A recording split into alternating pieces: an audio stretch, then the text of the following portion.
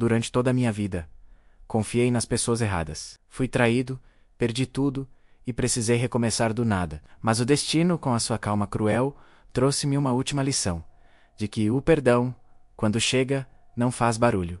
Ele vem no sopro do vento e fica para sempre. Há sons que nunca nos deixam: o ranger do portão de ferro, o estalar da lenha no lume, o cantar distante dos galos ao amanhecer. Para mim, esses sons são a música da casa que construí com as minhas próprias mãos.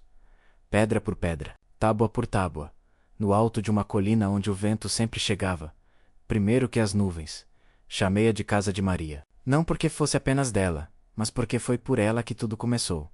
Maria era o tipo de mulher que fazia o tempo abrandar. Tinha mãos pequenas, mas firmes. Voz suave, mas que se fazia ouvir mesmo quando o mundo gritava. Foi com ela que aprendi que a verdadeira força não está em levantar paredes, mas em manter o lar vivo, mesmo quando o telhado ameaça cair. Lembro-me bem do dia em que a terminamos. Era verão.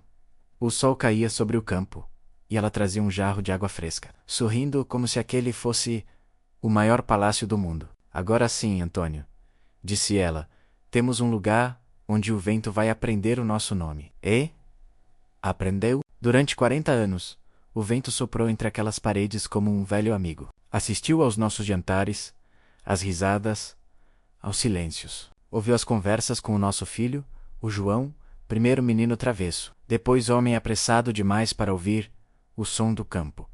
Quando Maria adoeceu, foi nessa casa que cuidamos um do outro. Ela, frágil como flor de inverno, e eu, tentando ser tronco quando já me sentia raiz. O último olhar dela foi para a janela da cozinha, onde o vento balançava as cortinas. Promete que não vais deixar esta casa sozinha, sussurrou. Prometi. Mas há promessas que o destino gosta de testar. Depois que Maria partiu, o silêncio tornou-se pesado demais. Eu tentava manter a rotina menos o café às 6, o jornal às 7, o banco da varanda às 8. Mas o som do jornal a cair na mesa parecia um grito. As paredes, antes cheias de vida, agora ecoavam o vazio. Foi então que o João começou a insistir para eu ir à cidade. Pai, o senhor precisa cuidar da saúde. Esse isolamento não faz bem. Ele falava com boas intenções, eu acreditava. Mas o tempo ensina que a preocupação às vezes esconde a impaciência de quem quer seguir a própria vida sem olhar para trás. Aceitei ir ao hospital, quando a febre já não me deixava dormir. Levaram-me de ambulância, e lembro-me de olhar para trás pela janela menos a casa diminuindo no horizonte. O vento parecendo acenar um adeus. Foram meses difíceis. O médico dizia que o coração precisava de calma, que eu devia evitar emoções fortes. Mal sabia ele que o coração mais doía. Não pelo corpo, mas pela saudade. O João visitou-me às vezes, sempre apressado, falando de negócios, da esposa, menos a Clara. Uma mulher elegante, de olhos frios e sorriso que nunca chegava aos olhos. Está tudo bem com a casa, pai, dizia ele. Não se preocupe. E eu acreditava, porque a confiança é o último bem que o homem honesto entrega. Recordo o dia em que recebi alta. O médico sorriu. O senhor é resistente, senhor Antônio. Vá descansar. A vida ainda lhe deve dias de sol. Mal sabia ele que o sol às vezes brilha sobre ruínas. Voltei à aldeia de autocarro. O caminho era o mesmo de sempre. Os campos de trigo, o cheiro à terra molhada, o rio serpenteando entre as pedras. Mas algo no ar parecia diferente. Como se o vento quisesse avisar-me de que já não era o mesmo lar que me esperava. Quando cheguei à colina, a casa estava lá, mas não era minha. O portão fora pintado de azul, as janelas trocadas, o velho poço tapado com cimento, e o pior, uma placa de ferro pendurada na entrada, dizia propriedade particular. Família Santos. Fiquei parado, incapaz de respirar. O coração, esse traidor silencioso, começou a bater como um martelo. Aproximei-me devagar. Toquei o muro frio. As pedras ainda guardavam o calor de tantas memórias, mas agora pertenciam a estranhos.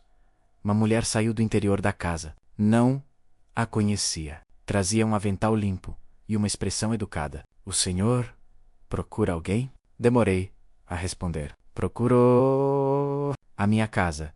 Ela hesitou. Depois olhou-me com pena. O senhor deve ser o antigo dono. Disseram-me que o senhor estava internado. Internado. Sim, mas não morto. As palavras saíram-me como pedra na garganta. Ela baixou os olhos, constrangida. Lamento, mas esta casa foi comprada pelo meu marido. A escritura está em nome dele. Senti o chão sumir. A voz dela continuava, distante, como se viesse debaixo d'água. Acho que foi o seu filho quem vendeu. Não ouvi o resto. Só o vento, sussurrando entre as árvores, como se pedisse desculpa. Sentei-me no muro em frente ao portão, olhando o lugar onde vivi toda uma vida. Cada janela era uma lembrança. O quarto, onde o João deu os primeiros passos. A cozinha, onde Maria cantava fados, enquanto mexia o caldo. O quintal onde plantei a oliveira no dia em que ela disse sim. E agora tudo isso tinha preço, assinatura e selo. O João chegara a tanto... Não queria acreditar. Talvez fosse um engano, um mal-entendido. Mas a verdade, essa senhora, impiedosa, não tarda a mostrar o rosto. Caminhei até a vila, onde todos me olhavam com aquele misto de pena e curiosidade que só as aldeias conhecem. No café do Sr. Aníbal, os sussurros começaram antes de eu abrir a porta. É ele o Antônio da casa vendida. Sentei-me, pedi um café. As mãos tremiam. O dono aproximou-se devagar. Antônio, ouvi dizer que o seu rapaz vendeu a propriedade. Então, é verdade. Ele assentiu, olhando para o chão. Dizem que precisava do dinheiro para abrir um negócio na cidade. O café esfriou antes que eu conseguisse dar o primeiro gole. A vergonha e a mágoa misturavam-se na boca como fel. À noite, dormi num banco da estação, não porque não tivesse onde ir, mas porque já não tinha aonde pertencer. A lua iluminava o campo, e eu pensava em Maria. Promete que não vais deixar esta casa sozinha. Eu prometi, mas falhei. No bolso, apenas o retrato dela menos o único bem que ninguém podia vender. Fiquei olhando aquele sorriso antigo, até que o sono, piedoso, me levou. Quando acordei, o sol nascia e o vento soprava de novo. O mesmo vento que um dia aprendeu o nosso nome, mas agora parecia chamar-me para outro lugar. Um lugar onde talvez eu pudesse recomeçar, mesmo que o coração ainda sangrasse. Peguei a mala pequena, ajeitei o chapéu e comecei a caminhar estrada abaixo. Atrás de mim, minha casa menos desaparecia no horizonte. Diante de mim, apenas o campo, o silêncio e o vento. E foi assim que deixei tudo o que tinha, levando apenas o que restava, a dignidade e a lembrança de Maria. O caminho que seguia era o mesmo por onde um dia levei Maria à feira. Agora, cada pedra parecia uma lembrança, e cada árvore um testemunho. O ar cheirava a terra e a distância. Eu caminhava devagar, sentindo o peso da idade do vazio. Levei 3 dias até chegar à estrada principal. Dormi em alpendres. Comi pão duro que comprei com as poucas moedas que restavam. À noite, o vento trazia o som dos grilos, e às vezes a voz de Maria no pensamento. Antônio, o lar não é parede, é paz. No terceiro dia, uma caminhoneta velha parou ao meu lado. O motorista, um homem de meia idade com bigode farto, abriu o vidro. Vai longe, senhor? Até onde a estrada me levar. Ele riu. Então, suba. Ninguém deve caminhar sozinho por tanto tempo. Sentei-me ao lado dele e fomos falando do tempo, das colheitas, de como as aldeias estavam a desaparecer. Quando lhe disse o meu nome, ele franziu o senho. Antônio Ferreira. O senhor trabalhou há muitos anos na Quinta das Amendoeiras. Assenti, surpreso. Fui pedreiro lá antes de me casar. Pois, a quinta ainda existe. Pertence a Dona Helena agora. Viúva. Gente boa.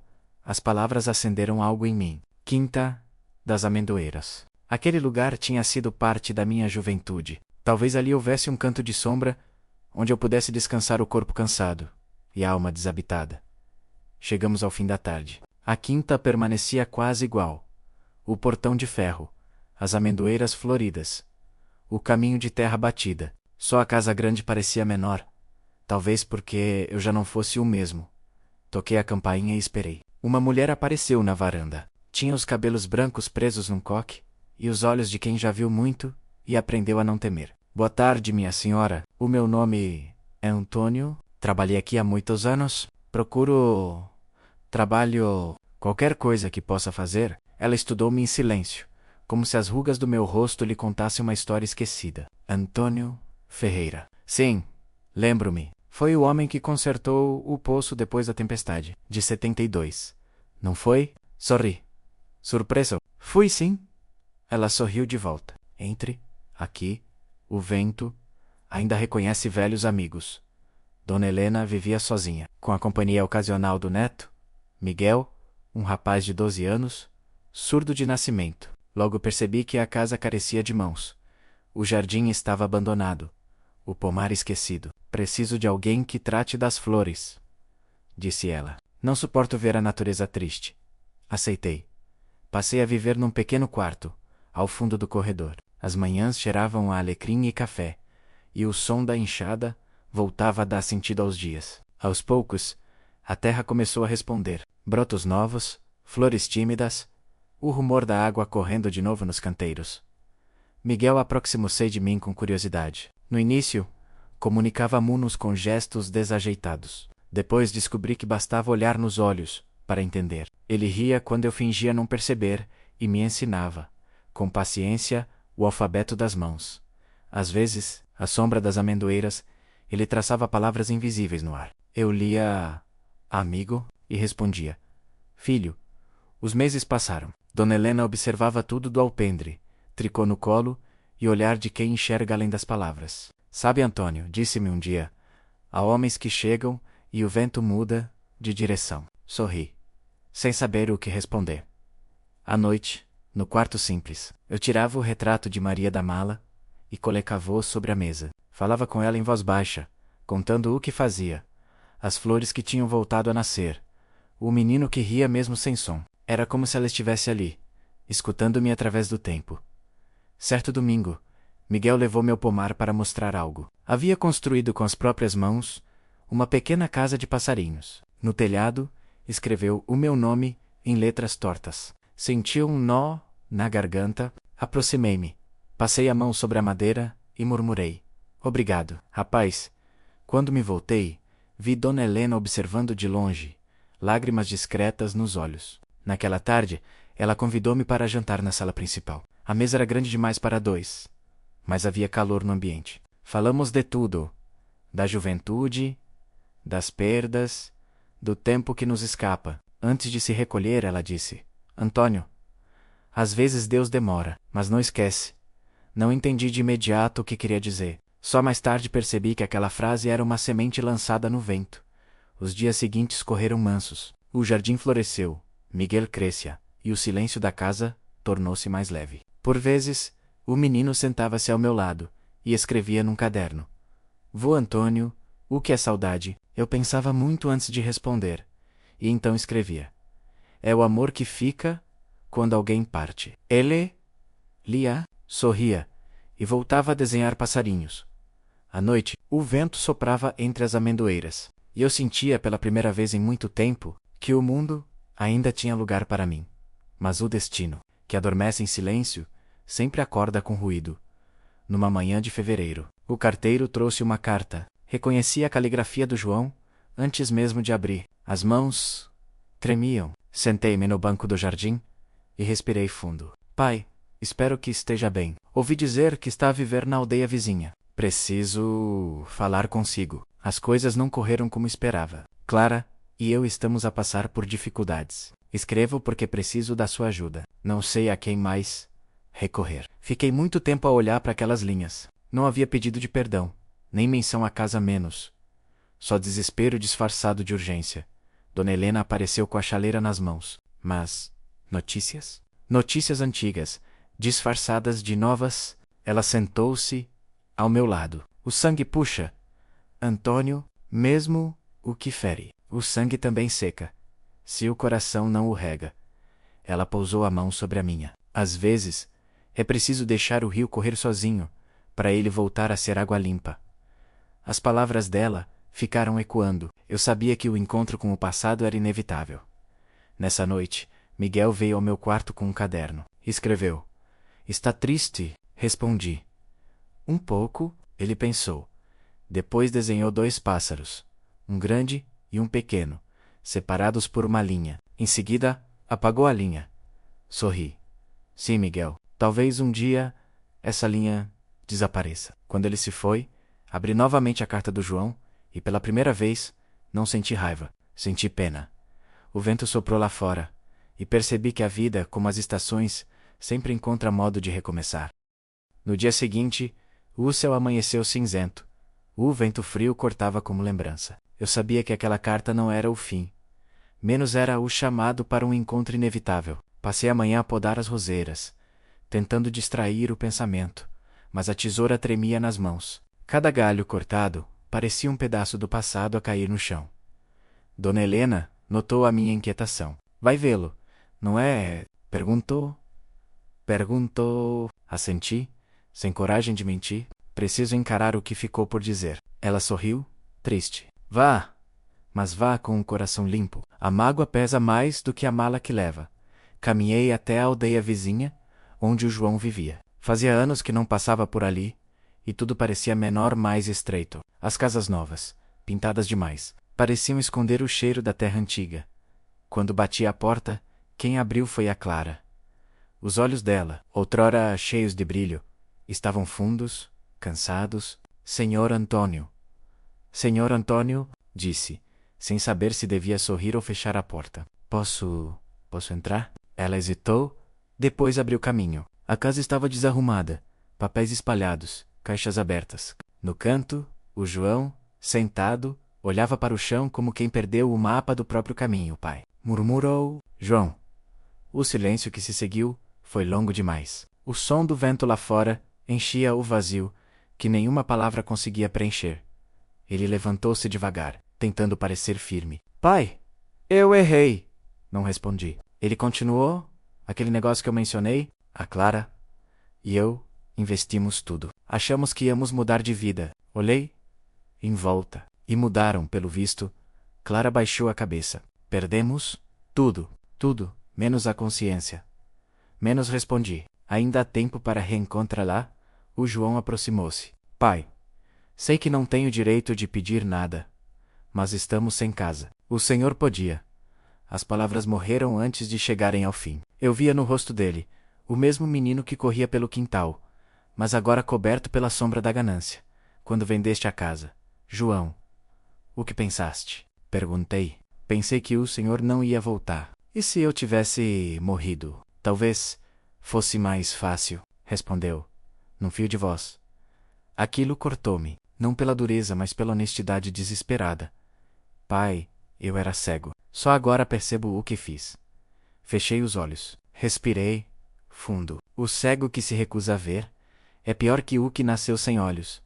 Ele começou a chorar. Clara tentou segurá-lo, mas também desabou. O som do pranto deles encheu a sala como chuva de outono, inevitável, triste, purificadora.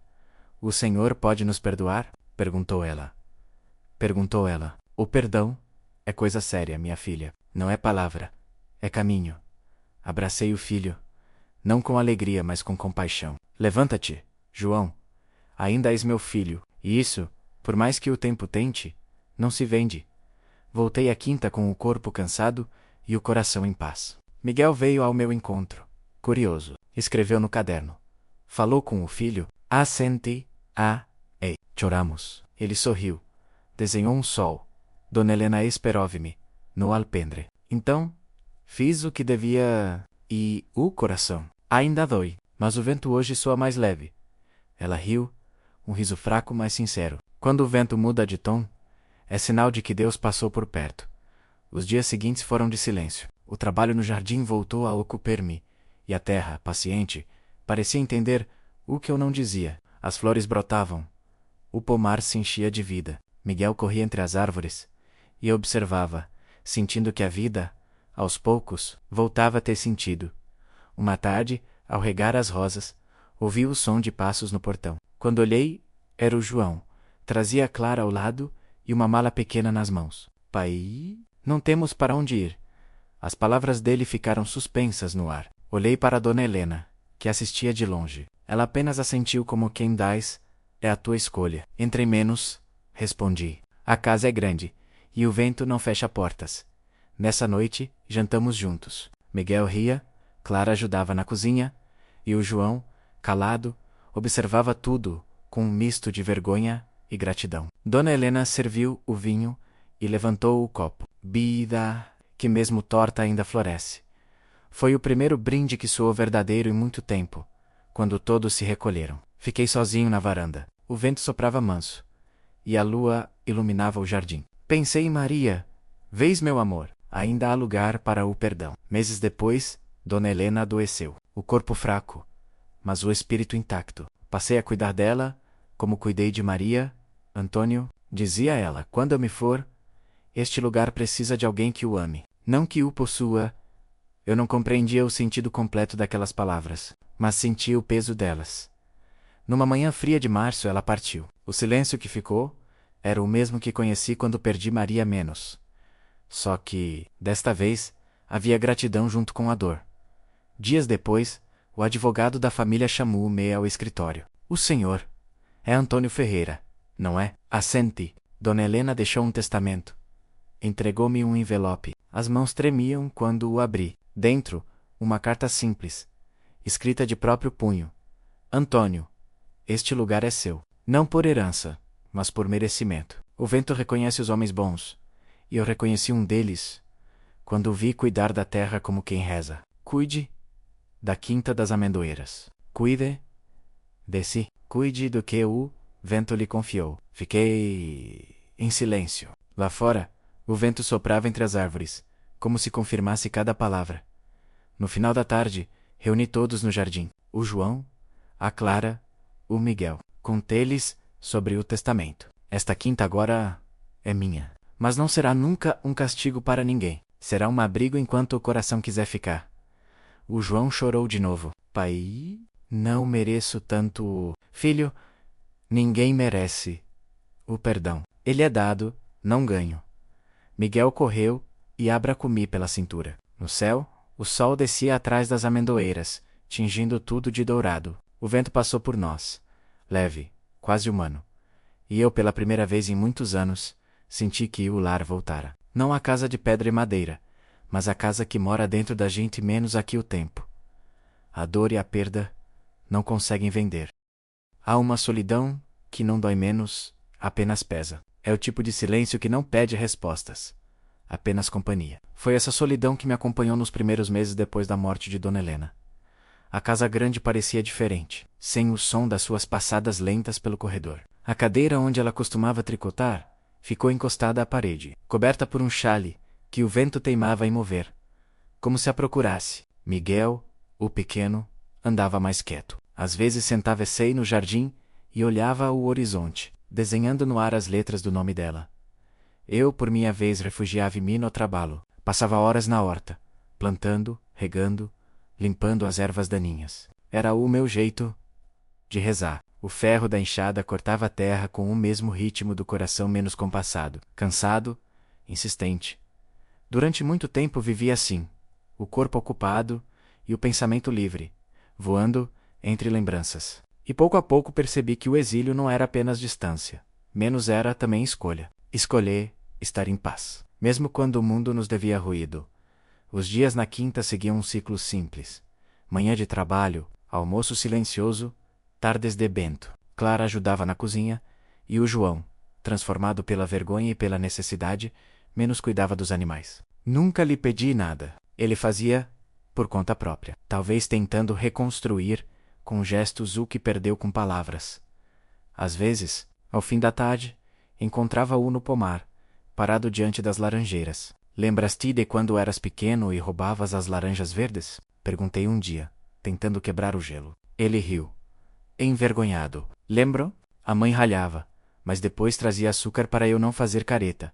Falamos pouco, mas cada conversa, por mais curta que fosse, era uma ponte sobre o abismo que nos separava. Clara, por sua vez, parecia encontrar consolo no Miguel. Os dois passavam horas na cozinha, fazendo bolos. Ela ensinava-o a medir a farinha, ele ensinava-lhe a sorrir com as mãos. Foi bonito ver aquele elo nascer entre a dor de uma e o silêncio do outro. E eu observava tudo com uma sensação estranha de reencontro. A casa, antes tão grande, voltava a ter vida. Numa manhã fria de abril, acordei antes do sol. O orvalho brilhava nas folhas e o ar tinha cheiro a promessas novas. Peguei no caderno que Dona Helena me deixara, o mesmo onde ela anotava receitas e pensamentos, e escrevi uma frase que me veio à cabeça. O silêncio é o idioma das coisas verdadeiras. Fechei o caderno e senti um alívio. Era como se, ao escrever, eu tivesse libertado algo que ainda me prendia ao passado. Foi nesse mesmo dia que recebi a visita de um homem de terno escuro. Chamava-se Duarte e dizia ser advogado de uma empresa interessada em comprar parte das terras da quinta. Senhor Antônio. A região está a valorizar, há investidores estrangeiros a procurar propriedades assim. Pode ganhar muito. Olhei para ele, depois para o campo que se estendia até onde a vista alcançava. As amendoeiras balançavam ao vento. O som das folhas lembrava vozes antigas. Ganhar? Perguntei. Já ganhei o suficiente. Aqui, o lucro é respirar. Ele insistiu, falando de números, vantagens, contratos. O senhor pode viver o resto dos seus dias sem precisar trabalhar. E o que eu faria com os dias? Respondi. O advogado sorriu, sem entender. Quando foi embora, o vento soprou forte, e as amendoeiras pareciam rir da sua pressa. À noite, contei o episódio ao João. Ele ouviu calado, e depois disse: o senhor podia vender uma parte, pai. Não precisa viver como camponês a vida toda. E tu? Precisas viver como arrependido a vida toda? Ele baixou os olhos. Eu só quis ajudar. Ajudar é estar. Não decidi por quem te deu o nome. Silêncio. O tipo de silêncio que não pesa, mas ensina. As semanas passaram e a quinta floresceu. As colheitas foram boas e os dias pareciam mais longos. Miguel aprendeu a podar videiras e a cuidar das abelhas. A alegria dele era contagiante, e eu via no seu rosto algo que não via há anos. Esperança, certo dia, enquanto trabalhávamos lado a lado, ele escreveu no caderno: Vô Antônio, o senhor é feliz? Parei. Demorei a responder. Feliz, Ené. Oh, em paz. Ele sorriu e desenhou um coração pequeno. Num domingo fomos à missa da aldeia. Era a primeira vez que eu pisava a igreja desde o funeral de Maria. O padre reconheceu-me, e os vizinhos cochichavam, curiosos por ver o velho Antônio de volta. Durante a homília o padre disse: há exílios que Deus nos dá não para castigar, mas para ensinar a voltar para casa com outro coração. Senti um arrepio. Olhei para o teto, onde o vento passava pelas frestas e fazia dançar o pó dourado da luz. Ao sair, uma mulher idosa aproximou-se. Antônio Ferreira, lembro-me de ti. Tu e Maria eram um exemplo de amor. Sorri, com os olhos úmidos. Tentamos. Ela segurou a minha mão. Conseguiste? Conseguiste? Só os que tentam até o fim amam de verdade. Na volta, caminhamos todos juntos. Eu, João, Clara e Miguel. O vento brincava com as folhas secas, e por um instante senti que, de alguma forma, Maria e Dona Helena caminhavam conosco. Chegando à quinta, Clara preparou chá. O cheiro de hortelã espalhou-se pela casa, e Miguel veio correndo com o caderno. Podemos plantar mais árvores? Podemos sim. Respondi. Árvores e perdão crescem melhor quando o chão é fértil. Ele não entendeu a metáfora, mas sorriu. À noite, escrevi mais uma frase no caderno de Dona Helena. A solidão não é a ausência de gente. É a presença de nós mesmos quando o barulho vai embora. Fechei o caderno e olhei para a janela. A lua estava alta, o vento calmo. Por muito tempo temia o silêncio, mas agora percebia que ele não me isolava menos, protegia-me, o exílio. Afinal, não era punição. Era refúgio. O verão chegou como um sopro quente sobre o vale. As amendoeiras, agora carregadas, pintavam o horizonte de verde e pó dourado. A quinta parecia respirar com outro ritmo, lento, maduro, como se entendesse que o tempo da colheita é também o tempo da alma. Os dias eram longos, mas não pesavam. Eu e João acordávamos cedo, e ele, sem que eu pedisse, já pegava nas ferramentas. Nunca imaginei que o veria trabalhar com tanta calma. Não havia pressa nem ambição, só o desejo simples de fazer algo certo.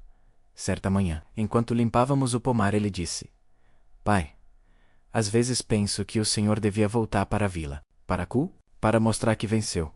Sorri, filho. Quem precisa provar que venceu ainda está em guerra. Ele ficou em silêncio. No fundo, acho que entendeu. Miguel crescia rápido. Já não era o menino tímido que encontrei. Agora era curioso, ativo, cheio de perguntas. Ele comunicava-se cada vez melhor com as mãos, e às vezes Clara traduzia o que eu não entendia. Certo dia, ele escreveu: Por que o Senhor fala com o vento? Respondi. Porque ele responde. Só é preciso saber ouvir. Ele ficou pensativo. Depois desenhou 2 figuras no caderno. Uma pequena, outra grande, de mãos dadas. É o Senhor e o vento, escreveu embaixo. Rime. Talvez seja eu e o tempo. Corrigi. Mas ele abanou a cabeça. Não, o vento é mais amigo. O tempo passou e a colheita chegou. As cestas enchiam-se, e o cheiro a amêndoas tostadas enchia o ar. A aldeia parecia voltar a sorrir. E pela primeira vez, meu nome já não vinha acompanhado de pena, mas de respeito. No entanto, o destino raramente deixa a paz durar muito. Numa tarde abafada, uma carrinha preta parou diante do portão. De dentro desceu um homem alto, engravatado, com uma pasta de couro na mão. Era o mesmo advogado. Duarte. Boa tarde, senhor Antônio. Boa tarde, doutor. Posso entrar? A casa é do vento, mas as palavras são suas. Ele não sorriu. Venho por um assunto delicado. A empresa que represento comprou as propriedades vizinhas e agora pretende adquirir esta também. Estão dispostos a pagar o dobro da última oferta. Suspirei. O senhor voltou a bater a porta errada. Bem, está a recusar uma fortuna. O que é fortuna? Doutor, o dinheiro que se perde ou o sossego que se ganha? Duarte abriu a pasta e mostrou-me papéis, mapas, números. Eu via, mas não lia. As palavras dele eram ruído. A sua idade, a saúde. Não seria melhor garantir o futuro da família? Olhei para João, que se aproximava. O futuro, doutor, não se compra. Cultiva-se. Ele fechou a pasta com impaciência. Há homens que não entendem oportunidades. Há homens que confundem raízes com moedas. Ele foi embora, irritado, e o vento soprou logo depois, levantando o pó da estrada como resposta. Nessa noite, João veio ter comigo na varanda. Pai, o senhor devia aceitar. Está cansado. Podíamos viver melhor. Melhor é como? É como? Com conforto, filho. Conforto demais emburrece o coração. Ele não respondeu. Ficou a olhar o horizonte, como se tentasse encontrar nas sombras alguma justificativa para a ganância antiga que ainda o rondava. Sabes o que aprendi, João? Perguntei. O quê? Que o homem precisa trabalhar a terra até que ela comece a trabalhar o homem. É aí que ele aprende a escutar. Ele assentiu, sem discutir. Aos poucos, percebi que já não falávamos para ganhar razão. Falávamos para não perder o vínculo. No domingo seguinte, fomos ao mercado da vila vender as primeiras amêndoas. Miguel adorava a agitação. Corria entre as bancas, gesticulando com entusiasmo, oferecendo sacos aos clientes. As pessoas sorriam, encantadas com aquele menino que falava com as mãos e com os olhos. De repente, uma mulher aproximou-se. Antônio Ferreira. Perguntou. Demorei um instante a reconhecê-la. Era Beatriz, irmã de Clara.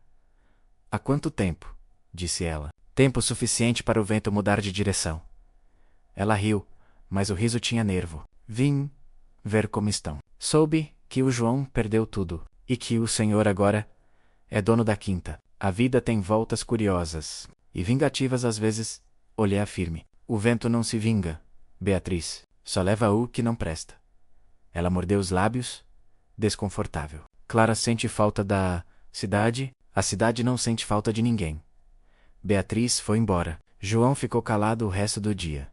À noite, encontrei-o sentado perto do poço. Pai, acha que algum dia eu volto a ser o homem que o senhor queria que eu fosse? Sentei-me ao lado dele. Eu nunca quis que fosses o homem que eu queria. Só queria que fosses o homem que a tua mãe acreditava que tu serias. Ele olhou-me, emocionado. E acha que ainda dá tempo. Enquanto houver respiração, há tempo. Ficamos ali, em silêncio. O vento soprava sobre o poço. E a água refletia a lua.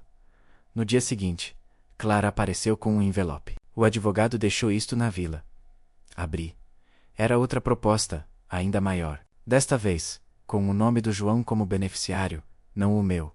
Olhei para ele. Foste tu que pediste. Ele si tu una... Achei que podia facilitar as coisas. Facilitar a vida ou a consciência. Ele não respondeu. Saiu para o campo. Fiquei sozinho com Clara. Ela suspirou. Antônio ele tenta, mas o orgulho ainda o guia. O orgulho é como a erva daninha, minha filha. A gente corta, mas ele volta, se não arrancar pela raiz. Ela assentiu. Sabe, às vezes acho que o senhor é mais pai dele agora do que foi antes. Sorri, é que agora ele aprendeu a ouvir e eu aprendi a calar. 2 semanas depois, Miguel veio correndo, agitado, o caderno nas mãos. Homens estranhos no portão, escreveu. Saímos, todos. Era o advogado e 2 assistentes. Com ar decidido, Sr. Antônio, trouxemos os documentos finais. Já disse que, não vendo, então o senhor nos força a recorrer a meios legais. O tom dele era frio. A senhora Helena devia impostos atrasados. A quinta tem dívidas. Se o senhor não vender, pode perdê-la. Senti o chão tremer. Mostre-me os papéis. Olhei as folhas. Parte era verdadeira, menos pequenas dívidas antigas que nunca soube existirem. E se eu pagar? Perguntei. São somas altas. Duvido que consiga, Miguel. Segurava minha mão com força. João olhava-me, aflito. Pai, deixe ir, eu dou um jeito. Não, filho, este é o meu vento. Sou eu quem vai soprar. Nos dias seguintes, vendi o pouco que tinha de valor. O carro velho, algumas ferramentas, até o relógio que fora de Maria. João protestou, mas eu mantive-me firme. Há coisas que a gente paga com dinheiro, e outras que se paga com alma. Fui à vila e quitei as dívidas, uma a uma. Quando voltei, o advogado aguardava. Entreguei-lhe os recibos. Diga à sua empresa que procure outro campo para estragar. O vento, já escolheu o guardião. Ele não respondeu. Foi embora em silêncio. Naquela noite, a chuva chegou. Forte, grossa, como há muito não se via. A água batia nas janelas, o Bento e Baba. Ficamos todos reunidos na sala. Luz de velas. Miguel, assustado, sentou-se no meu colo. O vento tá bravo, vô? Perguntou com as mãos. Não, rapaz. Está só a limpar o que não serve. João e Clara trocavam olhares. No meio da tempestade, senti uma paz estranha. Era como se a vida dissesse: agora está certo. De manhã, o sol voltou. O campo cheirava a terra molhada e a recomeço. João veio ter comigo. Pai, o senhor venceu. Sorri. Não, filho. Só fiquei. Quem fica, já vence. Ele abraçou-me. E o abraço durou mais do que todas as palavras que trocamos em anos. Miguel correu pelo jardim. Rindo, Clara observava, chorando baixinho. E eu, olhando o céu limpo, senti que o exílio tinha terminado. O vento, que um dia me levou tudo, agora devolvia o que eu mais precisava: o sentido de estar vivo.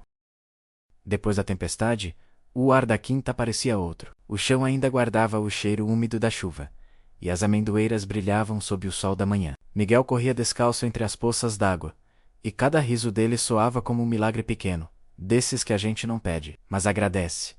Olhei à volta e pensei no quanto o tempo muda as coisas. No início, aquela casa era só refúgio. Agora, era lar. Não por causa das paredes, mas das voces, mesmo as que não se ouvem, como a do menino que falava com o vento e me fazia acreditar que a vida ainda podia florescer.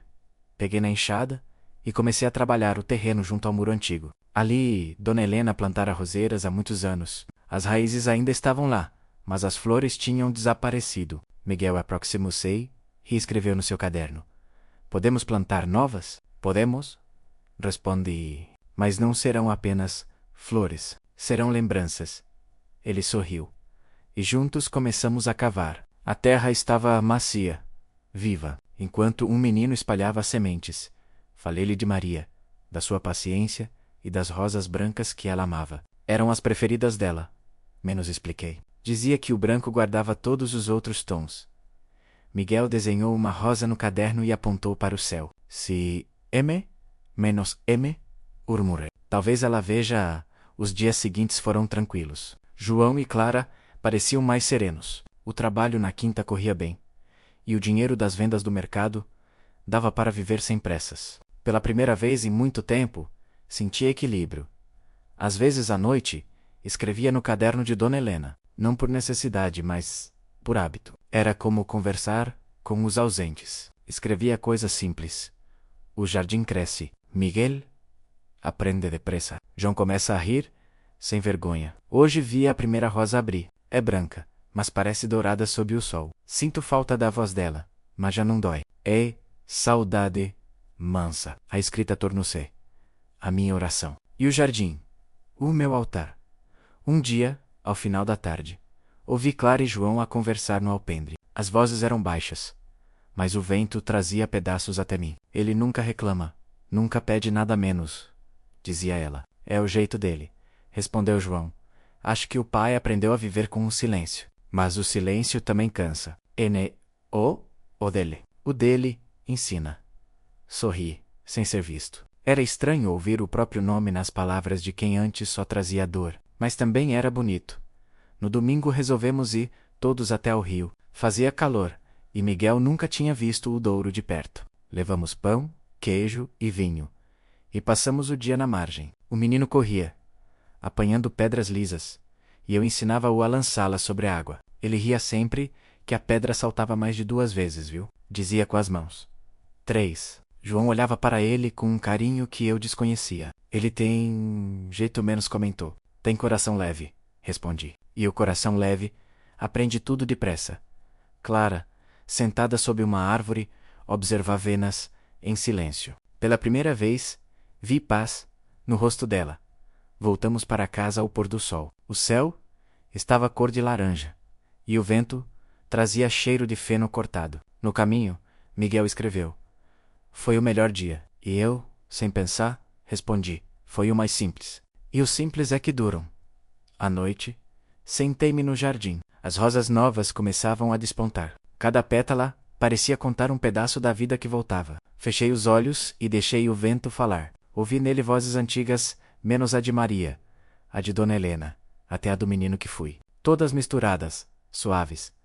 Pensei em como é estranho o destino. Um homem perde tudo menos a casa, o nome, o orgulho. E no fim, descobre que só assim podia encontrar o que realmente importa. Miguel veio até mim com uma manta e cobriu-me os ombros. Está frio? Disse com as mãos. O frio é bom, rapaz. Lembra-nos que ainda estamos vivos. Ele sorriu e sentou-se ao meu lado. Ficamos ali, a olhar o céu. Na manhã seguinte, recebi uma carta. O envelope era carimbado de Lisboa. Abri, com cuidado. Era do advogado Duarte. Senhor Antônio, espero que esteja bem. A empresa desistiu das negociações. Mas um novo comprador, interessado em preservar o terreno, pediu-me que o contactasse. Trata-se de uma fundação cultural que pretende transformar a quinta num espaço de preservação histórica. Estão dispostos a deixá-lo viver aí até o fim dos seus dias, caso aceite a proposta. Atenciosamente, Duarte. Li a carta várias vezes. Depois, guardei-a no bolso e fui até o jardim. Miguel estava a regar as plantas. Miguel, disse, se alguém te oferecesse o céu, mas te pedisse o vento em troca, aceitavas? Ele pensou. Depois escreveu. Sem vento, o céu fica parado. Ri-me. Pois é, então já sabes a resposta. À tarde, o João encontrou a carta e quis falar comigo. Pai, o senhor devia aceitar. É um bom acordo. Não é o dinheiro que me falta, filho. Então, o que é? Oche. Preciso dele debaixo dos pés. Ele suspirou. Às vezes acho que o senhor não vive no mesmo mundo que eu. Talvez eu viva num mundo mais simples. Naquela noite, a lua estava cheia. Fui até o muro, onde plantamos as rosas. Miguel seguia-me. Curioso. Sentamo-nos juntos. Sabe, Miguel, esse jardim tem memórias. Ele escreveu. Por isso chama de Jardim da Memória? Sim. Cada planta guarda um pedaço da gente que passou. Até as pedras lembram. E o senhor? Eu sou só o jardineiro. Ele abanou a cabeça. Não, o senhor é a raiz. As palavras dele ficaram presas em mim. Raiz. Era isso. A vida, afinal, não me arrancara menos, apenas me transplantara para outro solo. Fechei os olhos. Respirei fundo e senti que o vento, mais uma vez, me devolvia o que o tempo havia levado. As semanas seguintes trouxeram o calor de agosto. O campo fervia, e o ar, denso de pólen, entrava pelas janelas como perfume antigo. As rosas floresciam em silêncio, e cada manhã eu me surpreendia com o vigor das plantas. Pareciam agradecer à terra por cada gota de água, por cada toque de Sol Miguel. Ajudava-me em tudo. Era leve, rápido, atento. Às vezes, via-o parado, olhando o horizonte, e percebia que algo crescia dentro dele, menos algo que ainda não sabia nomear, mas que era puro. Havia nos olhos dele a mesma curiosidade que Maria tinha ao ver uma semente brotar. Aquele espanto manso, diante do milagre pequeno. Um dia perguntei-lhe, por gestos, o que mais gostas aqui? Ele respondeu escrevendo. O vento. Ele fala comigo. Sorri. Comigo também. Mas o que ele te diz? Depende do dia. Escreveu. Às vezes, diz para eu correr. Às vezes para ficar quieto. E hoje? Hoje ele diz para eu escutar. Aquela frase ficou comigo. Escutar. Talvez fosse isso que a vida inteira eu tentava aprender. Escutar o que não se diz. O que o tempo murmura quando tudo o resto se cala. Clara começou a ajudar-me no jardim. Dizia que precisava ocupar a cabeça. Depois da vinda da irmã Beatriz, algo nela mudara. Parecia mais calma, mais confiante. Sabe, Antônio diz-me um dia, enquanto tirava ervas daninhas, eu cresci achando que a felicidade era barulhenta. Agora percebo que ela é quase muda. O barulho é só a pressa de quem tem medo do silêncio. Ela sorriu. O Senhor fala como quem reza. É que já não sei se rezo ou se falo. Rimos juntos. Foi um riso breve, mas sincero.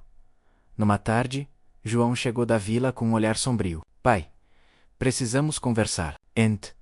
Ou fala. Aqueles homens voltaram... Que homens? O advogado e o novo comprador. Disseram que a fundação quer abrir um processo para desapropriar a quinta. Senti o corpo gelar. E tu... O que disseste? Disse que não manda nisto. Fizeste bem. Mas dentro de mim, o medo reapareceu. A ideia de perder aquele pedaço de chão menos mais que propriedade era memória. Era raiz menos.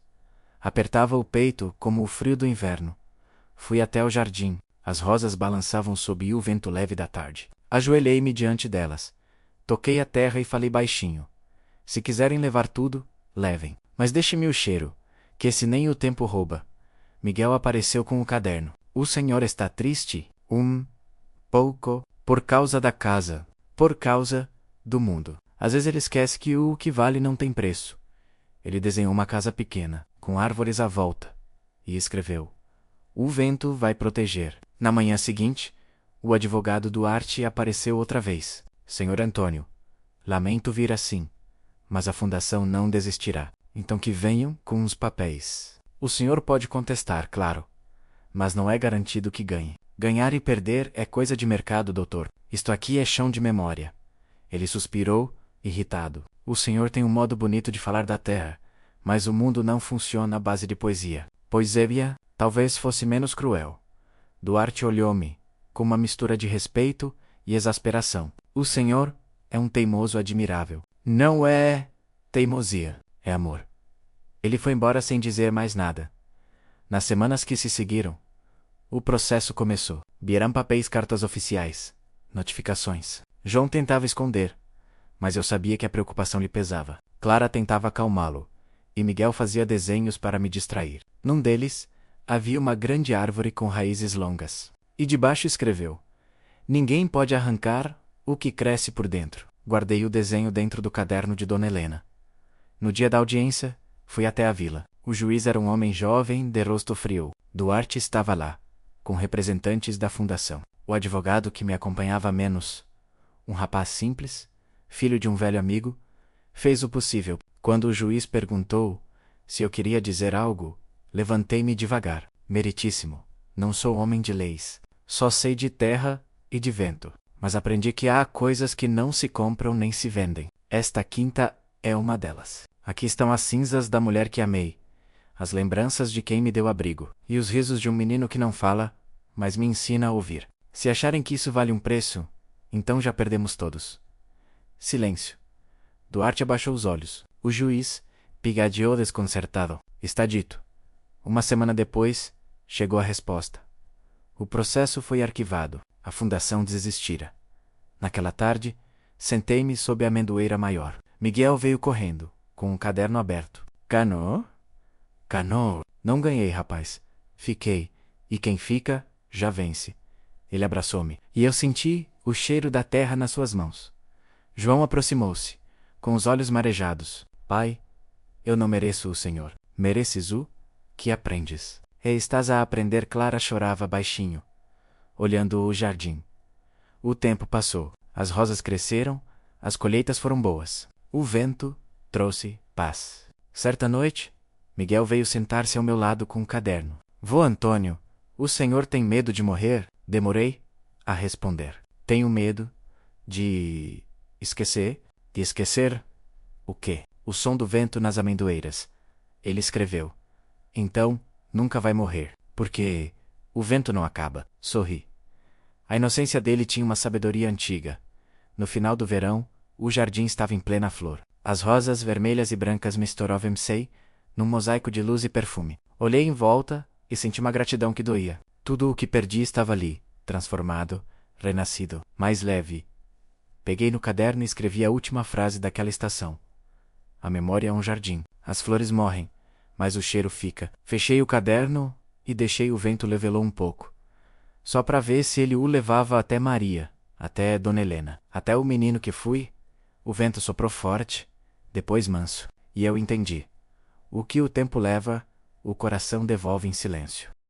O outono chegou devagar, como um velho amigo que não precisa anunciar-se. As manhãs vinham frias cobertas de neblina, e o cheiro da terra molhada entrava pela casa, antes mesmo que o sol tocasse as janelas. Era o tempo da colheita das amêndoas, e todos na quinta trabalhavam como se o mundo inteiro dependesse daquela safra. Miguel crescia, e eu via nele a pressa doce da juventude. Corria entre os cestos, ajudava Clara na cozinha e João no pomar. Às vezes, parava e olhava-me com um sorriso que parecia dizer: ainda estamos aqui, e estamos vivos, juntos, em paz. Mas a vida, como a terra, tem camadas, e algumas só se revelam quando a enxada volta a tocar fundo.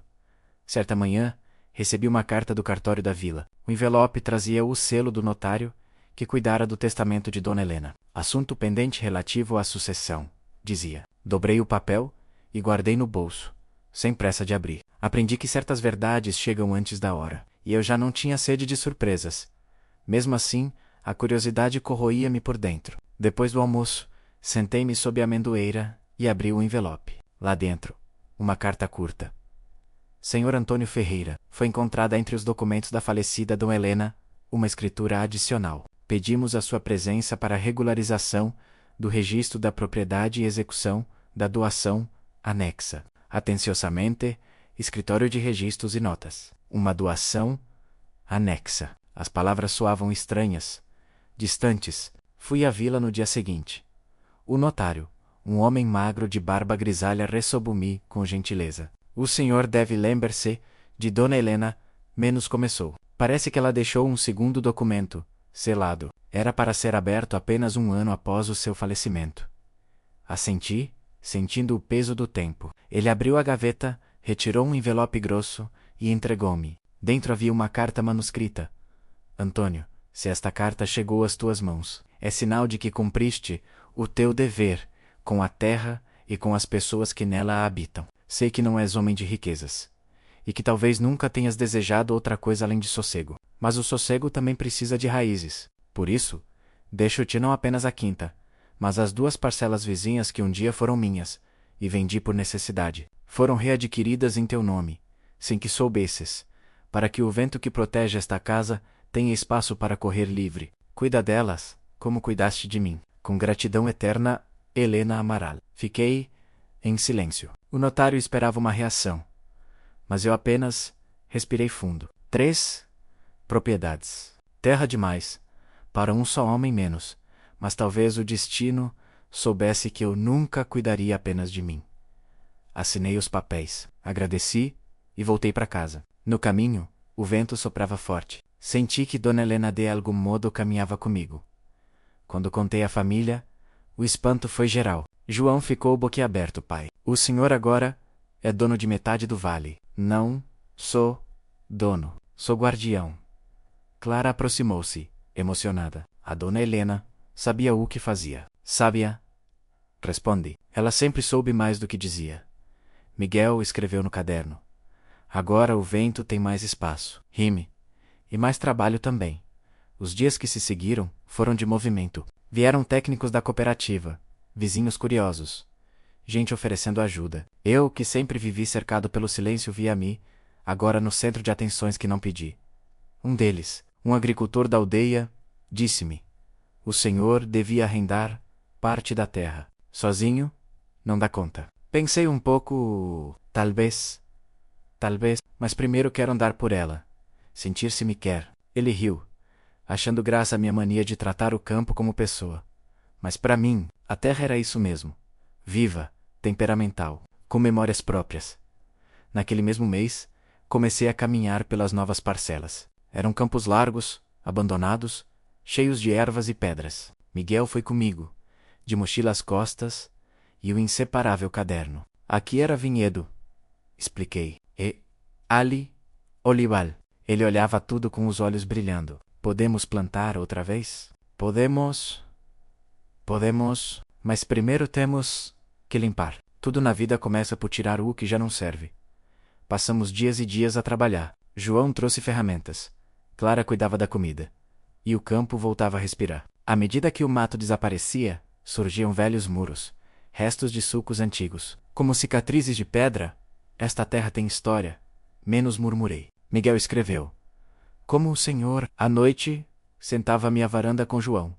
Pai, já pensou em registrar a quinta como herança? Herança é o que o coração deixa, não o papel. Mas e o futuro? O futuro que me importa está a dormir ali dentro, de caderno na mão. Ele sorriu, sem discutir. Aprendeu que há respostas que não precisam de debate, apenas de silêncio. Um domingo, fomos à missa. O padre, um homem jovem, reconheceu-me de longe. Senhor Antônio, ouvi dizer que é agora o maior proprietário da freguesia. Sorri, a terra é grande. Padre, mas o dono é pequeno. E o que vai fazer com tanta responsabilidade? Plantar sombra. Plantar sombra para os que virão depois. Ele assentiu, e ao final da missa chamou-me à porta. O senhor devia dar um nome à quinta. Um nome? Sim, toda casa abençoada precisa de nome. Pensei um pouco. Olhei o céu, as amendoeiras, o jardim. Vai chamar-se Quinta do Vento Manso. À tarde, Miguel escreveu o nome num pedaço de madeira e pregou na entrada. Quinta do Vento Manso, letras tortas, mas cheias de alma. Olhei e senti um nó na garganta. O menino surdo dera voz àquilo que eu nunca soubera dizer. O vento manso era o que eu sempre procurei dentro de mim. Com o tempo, vizinhos e amigos passaram a visitar-nos. Alguns vinham por curiosidade, outros por gratidão. Uma professora da vila pediu para levar alunos surdos até lá, para conhecer o trabalho com Miguel. Aceitei, claro. No dia marcado, chegaram 3 crianças, e a professora, uma mulher de cabelos curtos e olhar doce chamada Inês. Ela sorriu ao ver o jardim. É um lugar cheio de paz. Menos disse. A paz não está no lugar, está nas pessoas, respondi. Miguel comunicava-se com as crianças por gestos, e eu observava, comovido. A alegria deles enchia o ar como o canto de pássaros. Inês aproximou-se. O senhor devia abrir o espaço para visitas regulares. Este menino é uma inspiração. O mérito é dele, disse. Eu só plantei as sementes. Ela sorriu, e por um instante, vi nos olhos dela a mesma luz que vi um dia em Maria. Menos a luz calma de quem entende o silêncio, nessa noite. Escrevi no caderno. Hoje o vento trouxe vozes que não precisam de som. Talvez seja esse o destino. Ouvir o mundo mesmo quando ele fala baixinho. Fechei o caderno. O ar cheirava a terra e promessa. E eu soube, sem dúvida alguma, que o tempo de semear ainda não tinha acabado. Os dias seguintes correram tranquilos, mas dentro de mim havia um movimento novo, como se o vento soprasse de outra direção. Desde a visita de Inês, a professora, senti que a casa ganhara um brilho diferente. O era paix. Era a presença de alguém que entende o silêncio sem tentar preenchê-lo. Inês começou a vir todos os sábados, com as crianças da escola. Ajudavam Miguel no jardim, pintavam pedras, cuidavam das plantas. O riso deles misturava-se ao canto dos pássaros. E por instantes o mundo parecia limpo, leve, como se o tempo tivesse voltado à inocência. Eu observava de longe, fingindo estar ocupado com as amendoeiras. Mas no fundo, assistia a algo que há muito não via, o renascimento da alegria. Certa manhã, encontrei Inês sentada perto da fonte, a ler. O sol atravessava as folhas e desenhava manchas douradas no chão. Gosta de livros, professora? Perguntei, aproximando-me. Ela sorriu. De livros, de histórias e de gente que tem as duas coisas. E acha que eu sou um livro. Um livro antigo, mas ainda aberto. Ri, antigos têm mais pó. E mais verdade, respondeu, fechando o livro. A idade ensina o que a pressa esquece. Ficamos em silêncio por um tempo. O vento passava por entre as árvores, mexendo o lenço dela. Este lugar tem algo diferente, disse. É como se o ar aqui lembrasse as pessoas de respirar devagar. É o vento manso, respondi. Ele não empurra, convida. Com o tempo, a presença dela, tornou-se parte dos nossos dias. Clara simpatizou de imediato. E até João, sempre desconfiado, dizia: a professora tem alma boa. Miguel adorava menos. Mostrava-lhe o jardim, ensinava-lhe os sinais que inventava. Escrevia-lhe poemas curtos no caderno. Numa dessas tardes, ele trouxe-me um papel com letras tremidas. O vento trouxe uma nova flor. Olhei para Inês, que sorria ao longe, e percebi que o menino via mais do que eu. O outono avançava, e as noites tornaram-se frias. Eu costumava sentar-me à lareira, a ler o caderno de Dona Helena e o de Miguel, um em cada perna, como se equilibrasse o passado e o presente. Numa dessas noites, João sentou-se ao meu lado. Pai, já pensou no que vai deixar para nós? Já. E o que é? Tempo. Ele franziu o rosto. Tempo. Sim. Tempo é o que vos faltava quando tudo desabou. Agora tem. Usem bem. Ele ficou calado, pensando. Depois, disse: eu pensei em reabrir a loja na vila. Então, reabre. Mas não quero sair daqui. Então leva a vila até aqui. Ele riu, sem entender bem. Mas eu sabia que a vida dele estava a encontrar um novo rumo. Certa tarde, Inês trouxe uma proposta, Antônio. A escola quer organizar uma feira de outono. Poderíamos usar parte da quinta para o evento. Feira, sim. Artesanato, comida, música. E o Miguel pode mostrar o jardim às pessoas. Pensei um instante. Está, vem, mas sem barulho demais. Prometo, disse ela, sorrindo durante as semanas. Preparamos tudo. As crianças pintaram cartazes, Clara cozinhava, João montava as bancas. A quinta em que eu se devida. Na véspera do evento, sentei-me no jardim e olhei em volta. As flores, o riso, o movimento. Era o oposto da solidão que um dia pensei ser meu destino. Miguel aproximou-se e escreveu: está feliz? Estou em paz. É a mesma coisa? Às vezes é até melhor. O dia da feira amanheceu luminoso. Gente de toda a aldeia veio. Crianças corriam, músicos tocavam, e o cheiro de pão quente misturava-se ao perfume das flores. Inês falava com os visitantes, explicando a história da quinta e o trabalho de Miguel. Eu, no meio de tudo, sentia-me pequeno e grato, um homem que plantou silêncio e colheu risos. No final da tarde, o sol descia atrás das colinas. Inês veio até mim, com um copo de vinho. Foi um sucesso, disse. O sucesso é o que sobra quando o coração trabalha certo. Ela olhou-me com ternura. Antônio, sabe que o Senhor mudou muitas vidas aqui? O vento é que mudou. Eu só deixei passar. Ficamos ali, a ver o pôr do sol. O silêncio entre nós não era vazio, era cheio.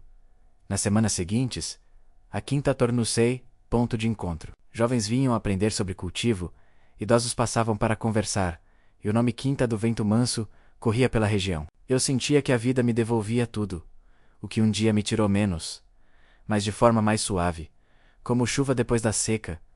Um fim de tarde, Miguel escreveu: Vô Antônio, o senhor ainda fala com o vento todos os dias. E o que ele diz? Que está feliz por eu finalmente ouvir os outros. Ele sorriu, e eu percebi que o menino já era rapaz. O inverno chegou. As folhas caíam, o vento tornava-se frio, mas dentro de casa havia calor. O calor das vozes, do fogo e das lembranças boas. Certa noite, enquanto todos dormiam, peguei no caderno e escrevi: as sementes que lançamos ao vento nunca se perdem. Algumas caem longe, mas florescem quando menos esperamos. Fechei o caderno e olhei pela janela. O vento movia as cortinas, manso como sempre. E eu compreendi, enfim, o que Dona Helena quis dizer. O destino não é o que colhemos, é o que continuamos a semear, mesmo quando ninguém vê. O inverno passou, e a primavera chegou sem pressa. As amendoeiras voltaram a florescer.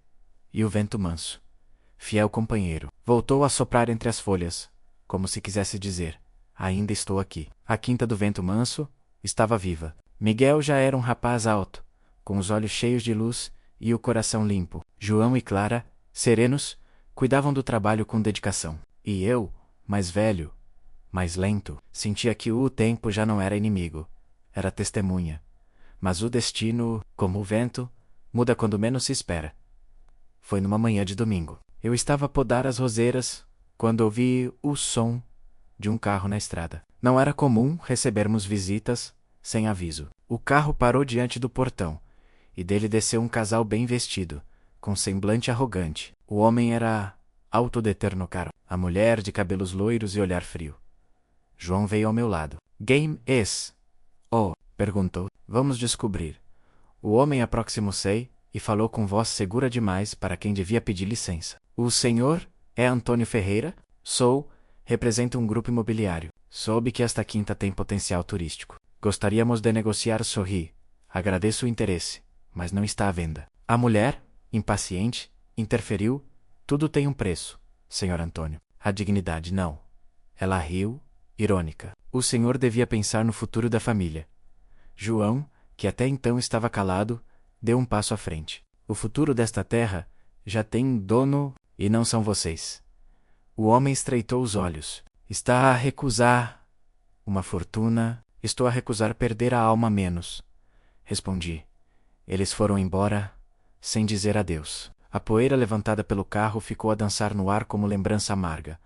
À noite, sentamo-nos à mesa em silêncio. Clara estava nervosa. Eles vão voltar, disse. Deixem que voltem menos, respondi. O vento sabe empurrar o que não presta. João olhou-me, inquieto. Pai, e se eles forem atrás dos papéis, dos registros? Já enfrentamos gente pior. O que é nosso de coração não se perde por papel. Miguel escreveu no caderno. Eles pareciam tristes. Não, rapaz. Pareciam vazios. E o vazio fala alto quando vê plenitude. Os dias passaram. Tudo parecia voltar ao normal. Até que um vizinho veio avisar-me.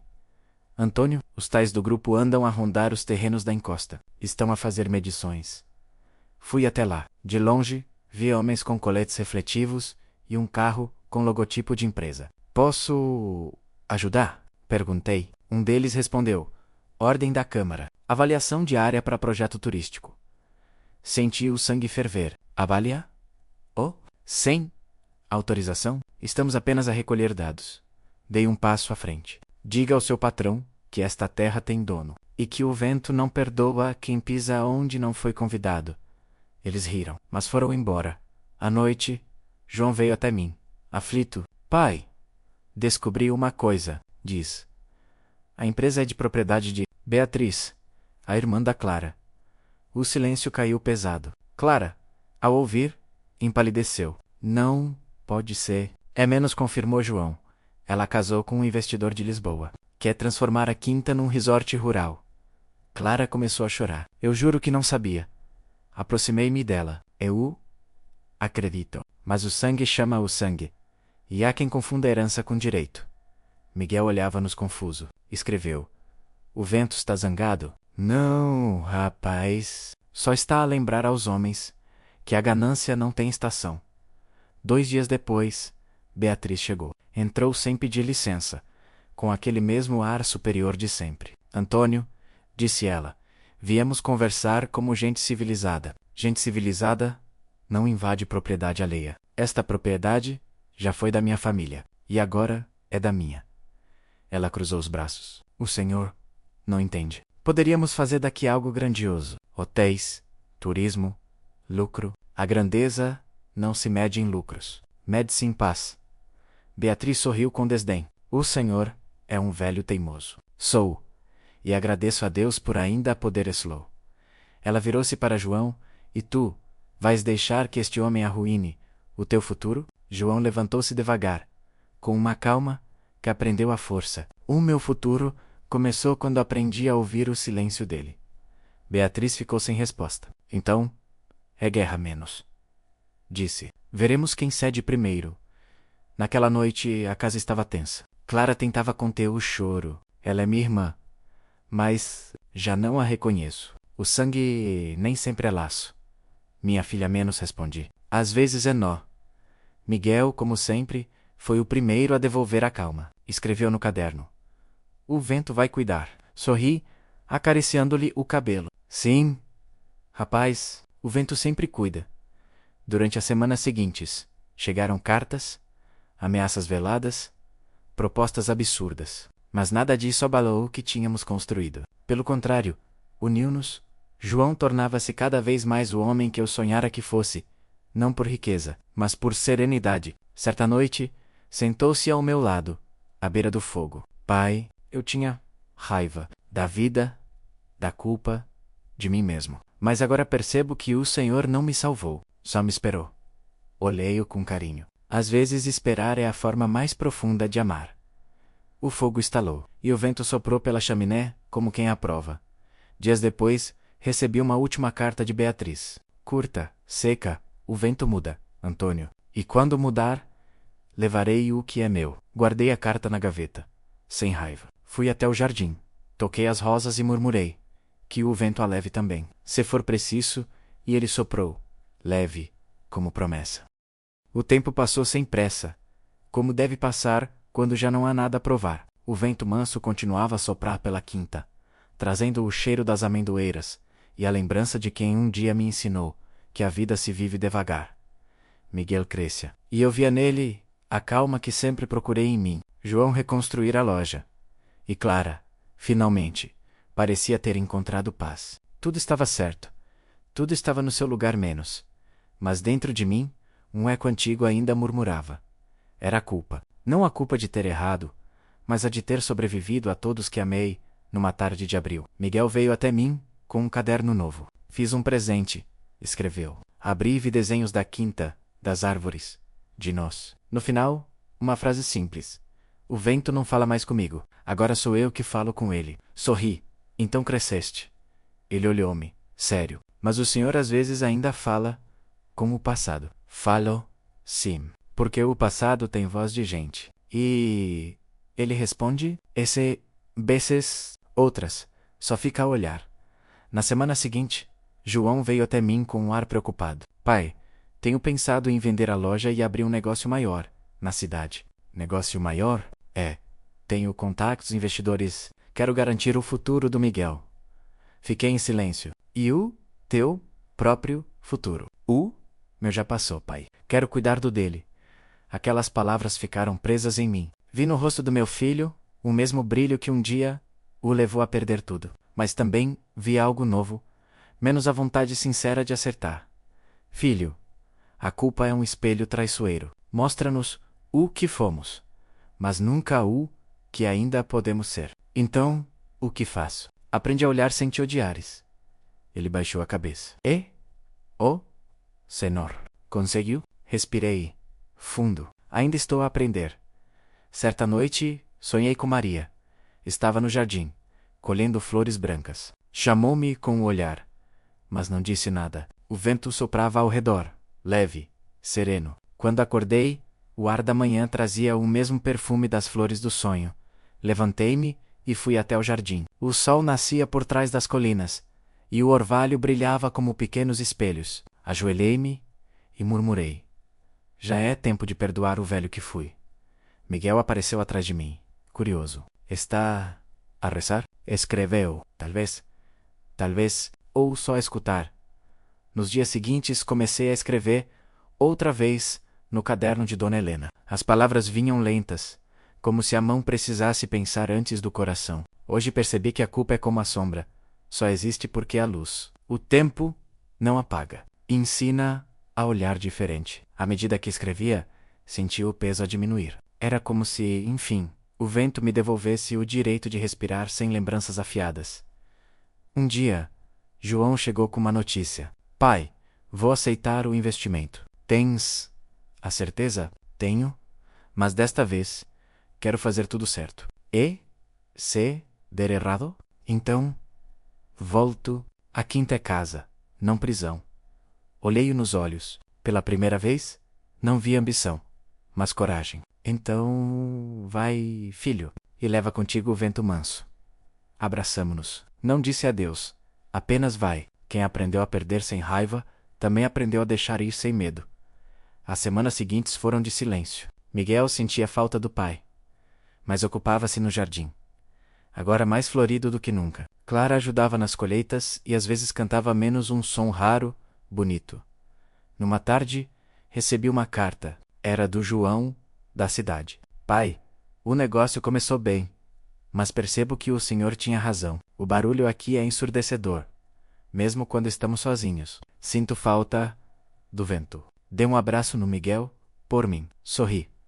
A culpa começava a perder força, substituída por ternura.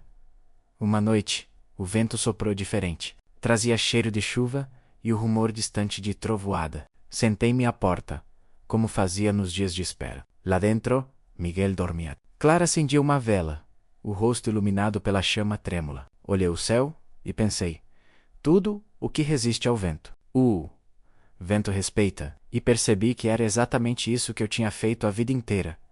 Menos resistir, não contra o vento, mas com ele. Fechei os olhos e, pela primeira vez, não senti culpa, nem saudade, apenas paz. O verão chegou devagar, como quem não quer incomodar. As colinas estavam douradas, e o ar trazia o perfume das flores de laranjeira. Miguel passava as tardes desenhando sob a sombra das oliveiras. E eu observava-o, lembrando-me de quando João tinha aquela idade, os mesmos olhos curiosos, o mesmo desejo de crescer depressa demais. Mas havia algo diferente em Miguel. Ele não tinha pressa. Era como se o vento manso já o tivesse escolhido para continuar o ponto que comecei. Certo dia, enquanto regávamos o jardim, Clara veio até nós com um sorriso que há muito eu não via. O João volta amanhã? Amanhã? Perguntei. Surpreso? Sim, disse que quer ficar uns dias. Descansar. O coração bateu mais forte. Fazia meses que não via. E embora trocássemos cartas, o toque, o olhar, o silêncio partilhado, menos nada disso pode ser substituído pelo papel. Passei o resto da tarde a preparar o quarto dele. Mudei os lençóis, varei o chão, abri as janelas para o vento entrar. Clara observava-me, emocionada. Ainda o trata como se fosse um menino. Todos os filhos são meninos, enquanto o pai ainda respira. Na manhã seguinte, ouvi o som de um carro na estrada. O coração, velho mas teimoso, acelerou. Miguel correu para o portão e acenou. João saiu do carro com um sorriso cansado, o rosto marcado, mas os olhos estavam diferentes. Abraçamo-nos, sem palavras. Só o barulho do vento, entre as árvores, pai. Filho. Ficamos ali, imóveis, como dois troncos que resistiram à tempestade durante o almoço. João contou-me sobre a cidade, os negócios, as dificuldades e as lições. Sabe, pai, pensei que o sucesso me traria paz. Mas percebi que a paz não é um lugar, é um ritmo. E encontraste o teu? Anda, o karatê, mas aprendi a escutar o vento. Sorri, então já começaste. Miguel observava os dois, sorrindo. Depois escreveu no caderno.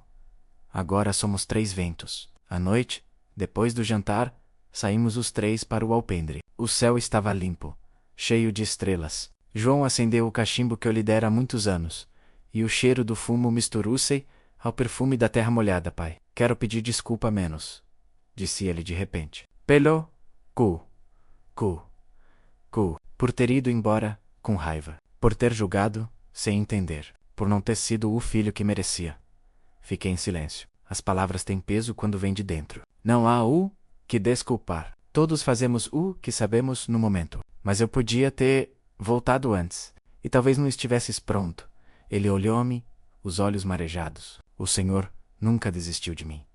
Por quê? Porque o vento não desiste das árvores. Só espera o tempo certo para soprar de novo. Ficamos ali lado a lado, olhando o céu. Miguel encostou a cabeça no meu ombro. Aquele momento era o que eu não sabia que esperava há tanto tempo.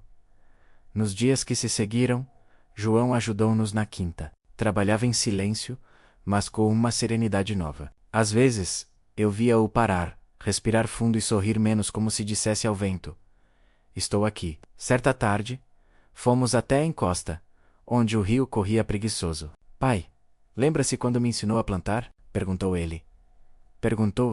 Lembro. Lembro. Disseste que a terra era dura demais. E o Senhor respondeu: é dura porque ainda não confia em ti. Osório. Acho que naquela época, era eu quem não confiava na vida. Olhei para o rio, calmo, refletindo o céu. A confiança é o que o tempo dá a quem não desiste de esperar. No final do verão, João anunciou que ficaria definitivamente na aldeia. A cidade já não me pertence, disse. Quero continuar o que começamos aqui. E o negócio? Vendi. O dinheiro vem e vai. Mas isto, olhou em volta. Isto fica... Senti uma alegria tranquila, daquelas que não precisam de sorriso. Então o vento trouxe-te de volta. Ele assentiu. Trouxe-me para casa. Certa noite, Clara chamou-me para fora. Antônio! Olha lá. Miguel estava de pé no meio do jardim, com o caderno na mão, olhando o céu. Aproximei-me. Que fazes? Rapaz, ele mostrou o que tinha escrito. Hoje, o vento falou comigo. Disse que o perdão não é esquecer. É deixar de doer. Olhei para o horizonte, onde o vento fazia dançar as folhas das oliveiras. E pela primeira vez, percebi que a voz do vento e a minha já não se distinguiam. No último dia do verão, reuni a família debaixo da grande figueira. Quero dizer-vos uma coisa menos comecei. Passei a vida a achar que o destino era o que nos acontecia. Mas aprendi que o destino é o que fazemos com o que nos acontece. João sorriu. Clara segurou a minha mão. Miguel escreveu. O vento concorda. E ele soprou, suave, confirmando. Fechei os olhos, sentindo a brisa leve a tocar o rosto. Já não havia culpa, nem sombra menos, apenas gratidão. O outono chegou com passos leves, cobrindo os caminhos de folhas douradas. A quinta do vento manso parecia suspensa entre o que foi e o que ainda seria. Havia no ar uma quietude diferente, não de fim, mas de transição, menos como o respirar profundo antes do descanso. Acordo cedo, todos os dias, mais por hábito do que por necessidade. O corpo já pede calma, mas a mente ainda gosta do som da água a correr, do roçar das folhas, do churrear distante dos pardais. A vida, quando se viveu tanto, começa a falar num idioma que só o silêncio entende. Miguel agora é quase um homem. Os cabelos cresceram, o olhar amadureceu. Continua a escrever, mas já não usa só desenhos. Escreve frases inteiras, pequenas histórias sobre o vento, o rio e as pessoas da aldeia. Às vezes leio o que escreve, e sinto que ali está tudo o que eu quis dizer e nunca consegui. João transformou a loja num ponto de encontro para os vizinhos. Chama ali Casa do Vento. Lá vendem-se produtos da quinta, mas também se conta histórias. Se troca pão por sorrisos e tempo por companhia. Ele diz que o sucesso veio quando parou de tentar agradar a todos e começou a apenas ser ele mesmo. Clara cuida do jardim como quem reza. Cada flor, cada folha, cada semente, tudo é gesto de fé. Ela diz que a terra cura o que a vida magoa. Eu acredito num desses fins de tarde. Sentei-me na varanda com o meu velho caderno. O vento soprava devagar, brincando com as páginas. Escrevi. Quando a alma encontra repouso, o vento descansa com ela. Fechei o caderno e olhei o horizonte. Lá longe, o sol descia, tingindo tudo de laranja e ouro. Foi então que percebi. Já não precisava guardar a história. Ela agora vivia nas mãos dos outros, menos nas palavras de Miguel, nos gestos de João, no silêncio de Clara. Certa manhã, recebi uma carta. Vinha de longe, com uma letra feminina, elegante. Antônio, espero que esta carta o encontre bem. Mudei-me para o interior, abri uma pequena escola para crianças carentes. Encontrei paz nas coisas simples. E em cada brisa, lembro-me das suas palavras. Obrigada por me ensinar que o perdão não se pede, pratica-se. Com carinho, Beatriz. Li devagar, sentindo uma ternura tranquila. Guardei a carta entre as páginas do meu caderno. O vento também ensina. Beatriz, murmurei. Só precisamos escutá-lo sem medo. Nos dias seguintes, comecei a preparar o que viria depois de mim. Não falo de heranças ou bens. Essas coisas o tempo leva. Falo do que fica quando o corpo se vai. As histórias, os gestos, o exemplo. Reuni João, Clara e Miguel na varanda. Quero que me prometam uma coisa a menos, disse-lhes. Que o vento manso nunca deixe de soprar nesta quinta. Osório. E como fazemos isso, pai? Continue a cuidar, a amar e a escutar. O vento só fala onde há silêncio e verdade. Miguel escreveu. O vento mora em nós. Assenti. Exatamente. As semanas correram suaves. O outono deu lugar ao inverno. E o frio trouxe consigo um sossego quase sagrado. As noites eram longas, mas o lume da lareira mantinha o coração quente.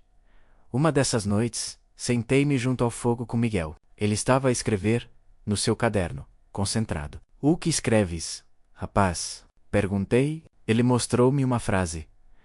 A história do homem que confiou demais, sorri, e o que aprendes com ela? Ele escreveu. Que confiar demais não é fraqueza, é acreditar que o bem ainda existe. Fiquei sem palavras. O menino que não ouvia agora falava pelo vento. Certa madrugada, acordei com o som do vento forte. Levantei-me, abri a porta e senti o frio entrar como um velho amigo. O céu estava escuro, mas havia luz no horizonte. Caminhei até o jardim, o mesmo que Maria plantara um dia. As flores dormiam, curvadas pela chuva. Toquei nelas e murmurei. A vida é isso, minha querida. Um ciclo que não se fecha. Apenas muda de forma. Fechei os olhos, e o vento pareceu abraçar-me. Não havia medo, nem dor, só gratidão. Os dias seguintes foram mais lentos. O corpo cansou-se facilmente, mas o coração estava leve. João insistia para eu descansar. Pai, já fez mais do que devia. Não, filho. Fiz apenas o que a vida me pediu. Miguel trouxe uma manta e sentou-se ao meu lado. Escreveu. O vento está calmo hoje. Sim, rapaz. Está a descansar comigo. Uma tarde, pedi que me levassem até a encosta. Queria ver o pôr do sol mais uma vez, daquele lugar onde tudo começou. Clara preparou um banco. João ajudou-me a caminhar. E Miguel trouxe o seu caderno. Sentamo-nos em silêncio. O sol descia devagar, e o vento soprava quente, como se o mundo respirasse comigo. Olhei para eles e disse. Prometam que vão continuar. Continuar? O quê, pai? Perguntou João. A confiar. Mesmo quando o mundo disser que não vale a pena. Miguel segurou minha mão. O vento nunca morre. Eu sei, meu rapaz. Ele só muda de lugar. Quando o sol se escondeu, senti uma paz tão profunda que parecia vir de outro tempo. Fechei os olhos e ouvi as vozes deles, suaves, distantes, amorosas. Depois, o som do vento. Sempre o vento. E então compreendi. Não era o fim, era o descanso. O vento manso, aquele que me acompanhou desde o início, agora soprava por dentro. E nele, deixei-me ir. Anos depois, Miguel cresceu e tornou-se escritor. Publicou um livro chamado Quando o Vento Descansa, dedicado ao homem que me ensinou a ouvir o silêncio. Na contracapa escreveu. Dizem que o vento leva tudo, mas há ventos que ficam, porque vivem nas almas que se recusam a endurecer. Na aldeia Quinta do Vento Manso, ainda existe. O vento ainda sopra, as flores ainda crescem, e quem passa por ali jura ouvir, entre as árvores, uma voz calma, firme e contida a dizer: confia, o vento nunca esquece quem o escutou com o coração.